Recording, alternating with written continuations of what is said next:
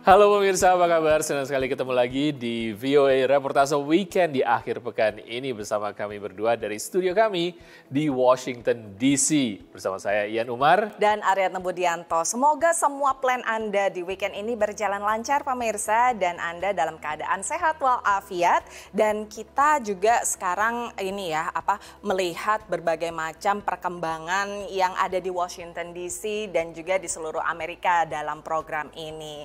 Nah, yang paling kelihatan apa, Ian? Kalau saya merasa di Amerika saat ini ya banyak sekali teman-teman saya yang keluar dari kota Washington DC karena masa pandemi waktu itu. Jadi mereka banyak yang pindah ke daerah suburb dan juga mencari tempat-tempat yang lebih luas ya daripada tinggal di apartemen yang sempit. Mungkin juga karena kebiasaan kerja dari rumah. Mereka mencari tempat yang bisa sambil jalan kaki atau gimana gitu loh. Dan kalau misalnya di Indonesia itu mungkin sekarang orang udah pada kembali ke kantor ya. Di Amerika Serikat bekerja dari rumah atau tidak bekerja di kantor itu masih banyak ya masih umum diterapkan. Sekali ya. Masih sangat umum. Termasuk juga di kantor-kantor pemerintahan pemirsa. Ya, dan seperti weekend kali ini mungkin untuk mengisi waktu kita akan memberikan informasi-informasi yang berguna bagi pemirsa semua seperti berikut ini. Kota padat penduduk dengan hunian warga yang relatif berdekatan mengalami penurunan tajam penduduk selama darurat pandemi COVID, termasuk New York City dan San Francisco. Tapi eksodus warga ini belakangan melambat dan di San Francisco bahkan ada indikasi tren sebaliknya tengah terjadi. Tahun Baru Batak dirayakan akhir April atau awal Mei merupakan tradisi yang dipertahankan Parsadaan Bangsa Batak, organisasi diaspora Batak di kota New York. Berdiri sejak 89 tahun lalu, PBB ingin melestarikan warisan budaya dan adat istiadat Batak kepada generasi muda yang lahir dan besar di Amerika. Generasi kedua imigran Indonesia di Amerika seringkali dihadapi satu tantangan, menguasai bahasa ibu mereka. Di kampus Ivy League di University of Pennsylvania, kelas bahasa Indonesia dimanfaatkan anak-anak imigran Indonesia untuk mengasah kemampuan bahasa Indonesia mereka yang semakin memudar.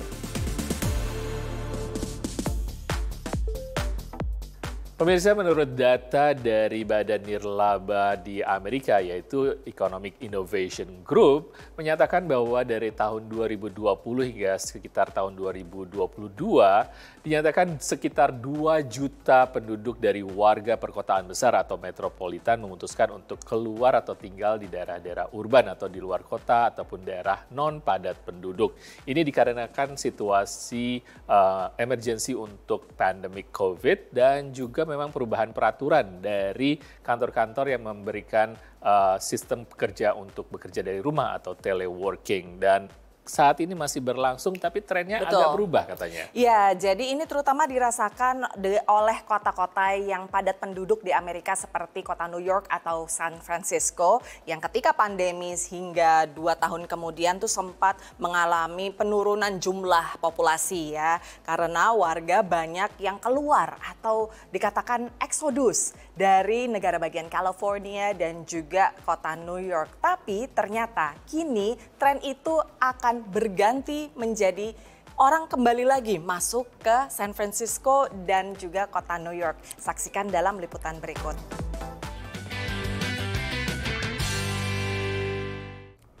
Sebagai salah satu kota paling padat penduduk di Amerika Serikat, San Francisco di negara bagian California juga sempat mengalami eksodus besar-besaran warganya saat darurat pandemi COVID. As a chef, a lot of my friends have left. Tapi koki restoran ini belakangan mencermati perkembangan sebaliknya. I just started getting the phone calls asking if I know of anybody with jobs available in our industry again, which is huge for us. Data sensus menunjukkan San Francisco kehilangan 6% lebih penduduknya selama pandemi. Paling parah selama 2021 saat sekitar 55.000 warga pindah ke kota lain. Tapi sejak Juli 2022 hingga Juli 2023, penduduk San Francisco bertambah sekitar 1.200 orang. I think the pandemic really changed a lot of people's lives, so I'm glad they're coming back. I think that's wonderful. Eksodus tak hanya terjadi dari kota San Francisco, tapi juga wilayah-wilayah di sekitarnya yang disebut sebagai San Francisco Bay Area. termasuk Oakland, Palo Alto, dan San Jose. Banyak warga yang pindah tadinya memanfaatkan kebijakan bekerja dari rumah saat darurat pandemi untuk pindah ke kota lebih kecil dengan biaya hidup lebih murah.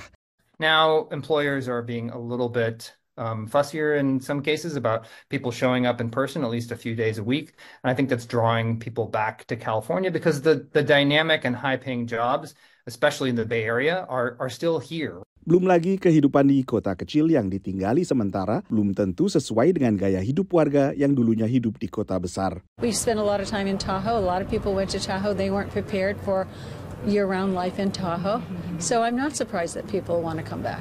San Francisco sendiri berpenduduk total sekitar 800.000 orang, sementara Bay Area 7 juta orang lebih. The Bay Area in general, actually, it's not just San Francisco, has seen something of a turnaround. We have some new dynamic industries like AI that are drawing people back to the state. Masih ada perdebatan mengenai apakah eksodus sudah berhenti atau baru melambat saja. Tapi pelaku industri properti mencatat banyaknya warga yang urung pindah. We have a lot of sellers who have previously would have left the city. Now they're upgrading and staying in the city, buying bigger and better homes. We have clients who are locating and relocating back to the Bay Area. Perusahaan properti Redfin mencatat terjadi penurunan tajam penjualan rumah pada kuartal terakhir 2023. Kota-kota lain yang juga mengalami eksodus besar-besaran warganya selama darurat pandemi, banyak diantaranya warganya juga terus berkurang setiap tahunnya. Kota New York misalnya, setiap tahun kedatangan penduduk baru, tapi tetap saja dalam setahun terakhir kota ini kehilangan sekitar 80.000 orang yang pindah ke kota lain. Dari Washington DC, saya Nova Purwadi dan tim VOA.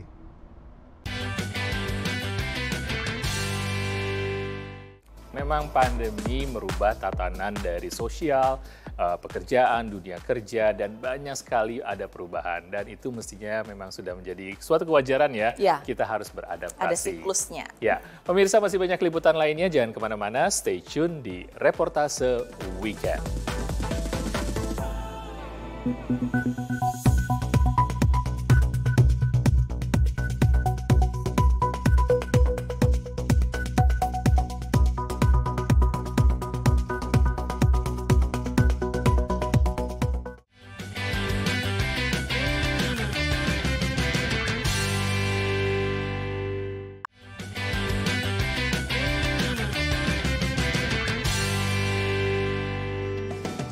Pemirsa, Anda masih menyaksikan Reportase Weekend dari studio VOA di Washington DC.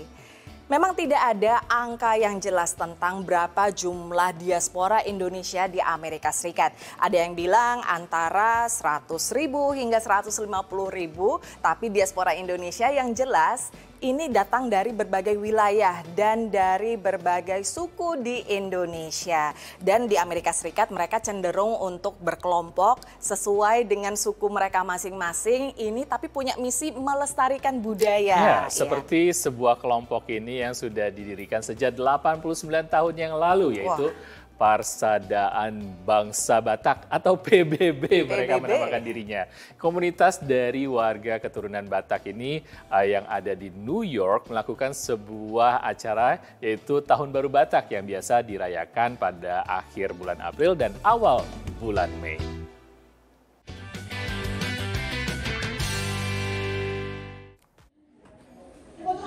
Tapi tadi juga ada perwakilan datang dari DC area, Virginia, seperti itu. Ada juga yang dari Atlanta. Akhir April lalu, Gereja Baptis Indonesia Anugerah New York yang terletak di Woodside sekitar setengah jam berkendara dari Manhattan dipenuhi diaspora Indonesia. Mereka tergabung dalam Parsadaan Bangsa Batak atau PBB di kota New York dan sekitarnya, seperti New Jersey, Connecticut, dan Philadelphia. Mereka berkumpul merayakan Pesta Bona tahun 2024, seperti dijelaskan Ketua organisasi ini, Pelita Napitupulu. Bona tahun itu sebenarnya, Bona itu pangkal. Tahun, ya tahun. Pangkal tahun? Jadi pangkal tahun, awal tahun. Nah, kalau orang-orang kan kalendernya ada ya, kalender Masehi atau Gregorian. Nah, itu kan 1 Januari. 1 Januari? Iya. Kalau kalendernya Batak itu sekitar akhir April ke awal Mei gitu. Jadi kita mengikuti kalender Batak. Dengan tema persatuan dalam kerukunan masyarakat, pesta tahun baru ini dihadiri lebih dari 150 diaspora Batak serta berbagai organisasi kemasyarakatan lain di kota New York. Tentunya, salah satu daya tarik acara diaspora Indonesia di Amerika adalah berbagai makanan khas tanah air yang dihidangkan. Di sini juga ada ciri khas Batak, sasang namanya. Ini semua kita ibu-ibu persaudaraan bangsa Batak gotong royong bersama. Karena persaudaraan itu menyatakan kesatuan. Namun bagi organisasi yang sudah berdiri di New York sejak 89 tahun lalu, tujuan utama Pesta Bona Tahun adalah memperkenalkan budaya serta adat istiadat Batak kepada generasi muda agar mereka tidak terputus dari akar budaya mereka. Nicole Korea, yang ibunya berasal dari Pematang Siantar dan ayahnya dari negara Kolombia, ikut memeriahkan acara tahun baru ini dengan membawakan lagu-lagu Batak. Being Batak is such an important part of my life and such an important part of my culture, and it is something that I love sharing with so many people, and I hope that when I have my own family that they'll also be able to partake in this beautiful and amazing culture that is Batak culture. Sehingga bagi Nicole dan diaspora Batak lainnya, hadir pada acara ini seperti berada di rumah sendiri sambil belajar meresapi berbagai prinsip dan nilai-nilai sebagai seorang Batak. Dari Woodside, New York, Naratama, Nia Iman Santoso, VOA.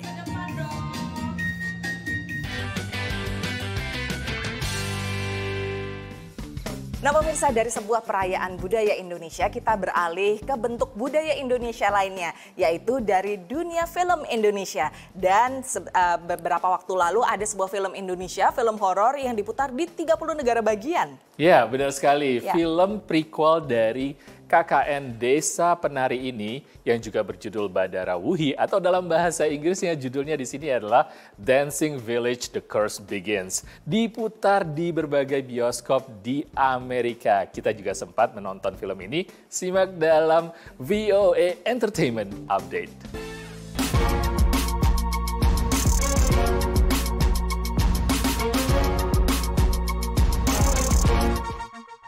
Hey guys, welcome to VOA Entertainment Update, your one-stop shop for everything pop.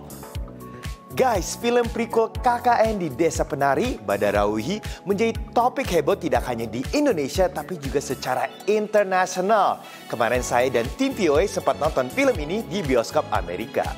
Hey guys, what is up? Hari ini saya lagi jalan-jalan nih karena cuacanya enak sekali. Dan hari ini saya ingin pergi ke AMC Kaufman Town Center karena di situ ditayang film Indonesia Badara Wuhi. Oke guys, saya sekarang berada di Metro, kita berada di Bristol City dan sekarang kita harus menuju Eisenhower Avenue 5 stops.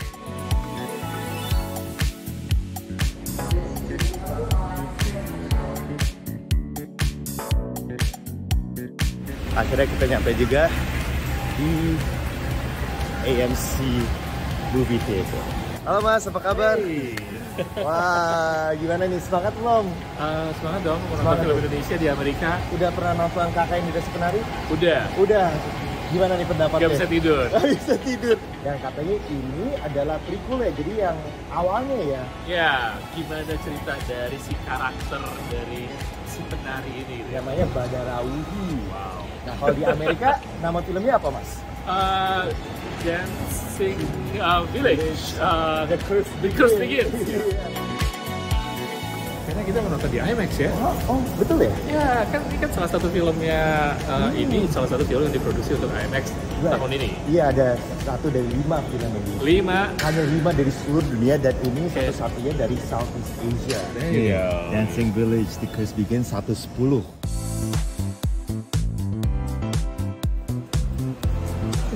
Lihat teman-teman, porsinya nggak main-main di sini ya. Wah, itu sepertinya Mas Yo gitu. Hey, alhamdulillah udah beli tiket. Siapa nih?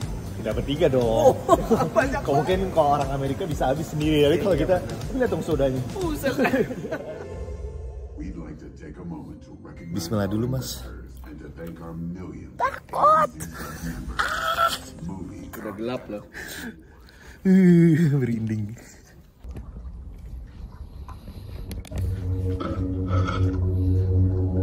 Sekarang kita waktunya untuk diskusi film Badara Wuhi. Mau tahu nih, first opinions, first thoughts apa? setannya kayaknya real banget ya. Terutama buat saya tuh benar yang setan itu benar-benar berhubungan dengan budaya kita, budaya Indonesia. Sinematografinya bagus banget ya. Sinematografinya bagus. Jadi karena untuk internasional mereka mencoba untuk memenuhi standar Hollywood. Udah pakai kamera IMAX pula, semuanya jadi udah profesional banget ya. Secara kualitas bagus. Cuman kadang-kadang kualitas yang terlalu bagus membuat film jadi kurang serem ya. Jadi karena kita udah mikir gila bagus kameranya. Gambarnya indah gitu ya. Iya, indah banget. Ini horor gitu. Lebih sering lagi dong gitu loh. Banyak sih film Indonesia, tapi paling diputar cuma di salah satu teater ya. Ini kan atau di Tilden, atau di KBRI. Iya, kalau gitu. ini kan di beberapa teater di seluruh Amerika. Di Washington State juga ada, di Los Maryland Angeles, di Los Angeles, di California ada, di New York ada. Pokoknya banyak listnya panjang, jadi emang lebih mudah buat kita untuk nonton gitu. Ada any last thoughts tentang Badarawi? Pengen ngelupain setan-setannya karena saya pengen tidur. Tapi tenang aja, setannya nggak akan ke Amerika, beda. Aduh, saya langsung susah tidur karena horornya kena banget. Tapi sebagai warga Indonesia, saya bangga bisa nonton film Indonesia di bioskop luar negeri. Oke, sekian dulu dari VOA Entertainment Update. Saya Gendera Pratama signing out dari studio VOA di Washington DC. I'll see you next time.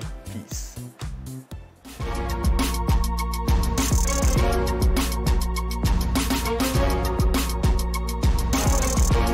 Sejak 26 April, film Badarawi ini bisa dinikmati oleh warga di seluruh Amerika di 30 negara bagian. Jadi ini semoga bisa mengajak film-film Indonesia yang lainnya untuk mulai dipasarkan secara luas di Amerika Serikat seperti film tadi. Nah pemirsa, sekarang kita istirahat lagi tapi jangan kemana-mana. Reportase Weekend akan kembali setelah yang satu ini.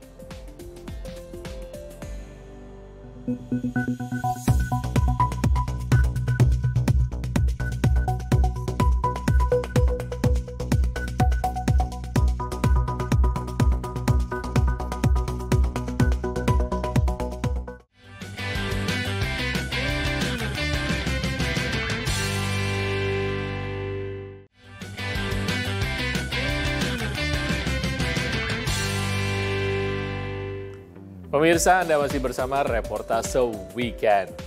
Seperti yang kita ketahui bahwa jumlah penduduk Indonesia sekitar 277 juta itu adalah nomor 4 terbesar sedunia. Jadi memang cukup strategis kalau dikatakan populasinya mendominasi dari seluruh warga dunia. Jadi tidak heran bahasa Indonesia dipelajari oleh negara-negara tetangga ataupun juga negara strategis lainnya. Dan sejumlah mahasiswa Indonesia yang ada di Amerika atau keturunan Indonesia ternyata juga berpikiran bahasa Indonesia itu penting untuk dipelajari. Betul. Mereka dari sekolah Ivy League loh di sini. Iya, ada sebuah sekolah Ivy League yaitu University of Pennsylvania, pemirsa, yang juga memberikan kelas bahasa Indonesia kepada warga yang tidak hanya keturunan Indonesia tapi juga warga Amerika dari negara lain. Mereka ingin memperdalam dan mengasah keterampilan mereka, kemahiran mereka berbahasa Indonesia. Kita saksikan liputan berikut.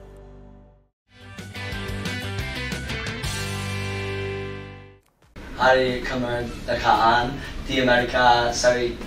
Ini adalah presentasi mahasiswa kelas bahasa Indonesia pemula di University of Pennsylvania. Makanan adalah bagian. Jack dan Arnaf adalah dua mahasiswa S1 keturunan Indonesia yang tengah mengambil kelas bahasa Indonesia ini.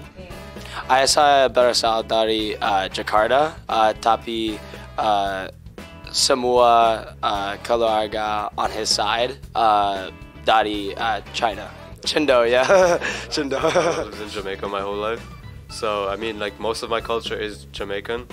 I guess, like, some parts of it are Indonesian. To be fair, like, it's Indian either way. Like, I'm either Indian in Jamaica or Indian in Indonesia. So Kelas ini adalah satu dari 50 bahasa minoritas yang diselenggarakan oleh University of Pennsylvania di Philadelphia dan diajar oleh Citra Wardani yang mengajar lewat program pertukaran Fulbright Foreign Language Teaching Assistant. Aku juga ketemu murid-murid yang fun banget mereka belajarnya dan aku punya hubungan yang dekat sama mereka, not as teacher gitu tapi lebih kayak mentor, kayak kakak gitu kalau buat mereka. Jadi iya boleh coba.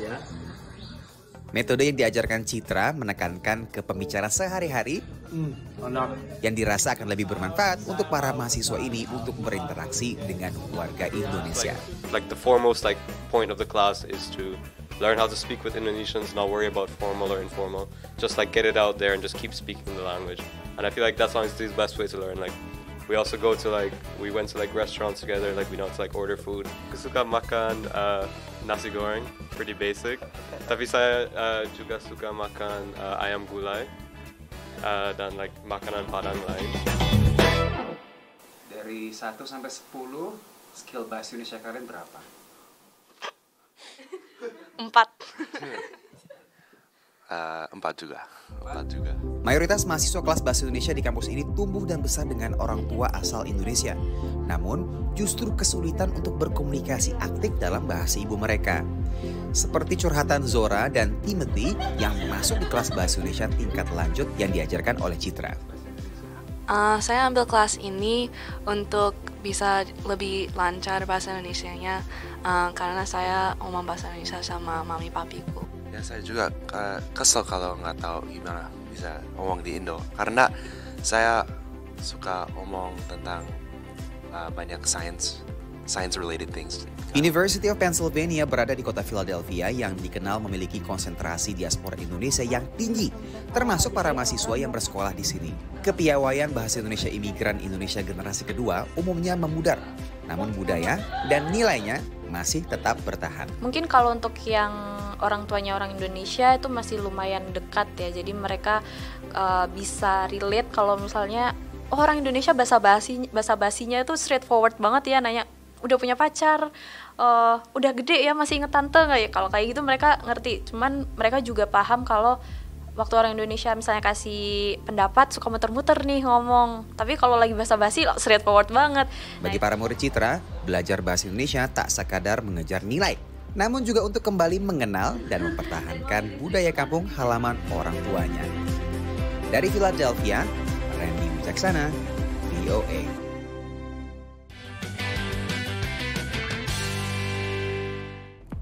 Nah, menarik sekali pemirsa bahwa mayoritas mahasiswa di kelas tadi justru adalah warga keturunan Indonesia. Biasanya mereka diaspora generasi kedua ya dari Indonesia yang ingin mengasah keterampilan bahasa Indonesianya. Dan ini adalah semangat yang memang harus patut disemangati lah ya. Jadi bagus tuh bisa mengenal bahasa ibu. Tadi adalah ya keturunan Indonesia atau diaspora Indonesia, tapi mereka tidak bisa bahasa Indonesia. Ya, jangan dong. Jangan. Dan terima kasih sudah bersama kami di VOA Reportase Weekend di akhir pekan ini yang sudah menyampaikan berbagai informasi-informasi menarik tadi. Kita akan jumpa lagi minggu depan, tapi saatnya kita untuk berpisah. Saya Ian Umar dan Aryan Budianto. Tidak lupa untuk mengundang Anda berpartisipasi dalam media sosial kami dengan handle VOA Indonesia.